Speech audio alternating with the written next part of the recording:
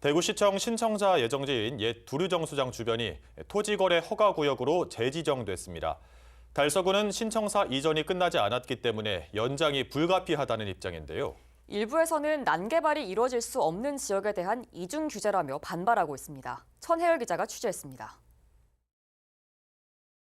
대구시가 신청사 건립 예정지 주변인 달서구 두류동과 감삼동, 성당동 일원 169만 제곱미터를 토지 거래 허가구역으로 다시 지정했습니다.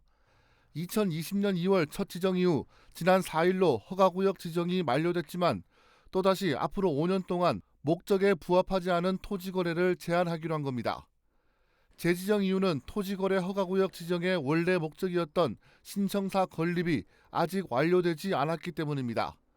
달서구는 대구시에 의견서 제출 요청에 여전히 신청사 예정지 주변에서 지가의 상승이 우려된다는 입장을 밝힌 것으로 확인됐습니다.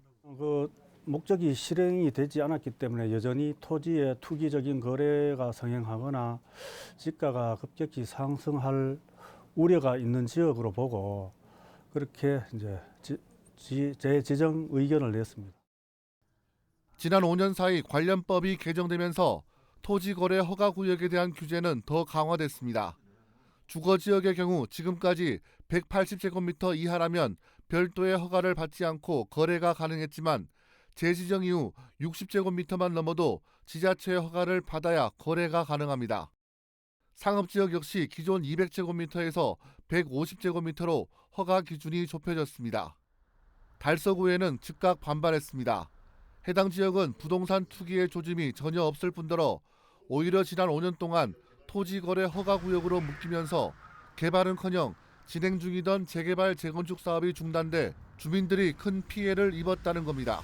특히 이 지역은 두루공원을 중심으로 반경 150m 내외가 제1종 주거지역으로 지정되어 있어 5층 이상 건축이 불가합니다. 이미 난개발 우려가 없는 상황에서 토지거래 허가구역까지 지정해 이중으로 규제를 가할 이유가 전혀 없습니다.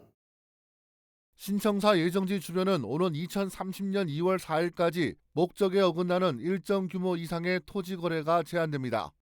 이 규제가 부동산 투기를 예방해 지가의 급격한 상승을 막는 보완책이 될지 아니면 주민의 재산권을 침해하고 동네 슬럼화를 가중시키는 도구가 될지 기추가 주목됩니다.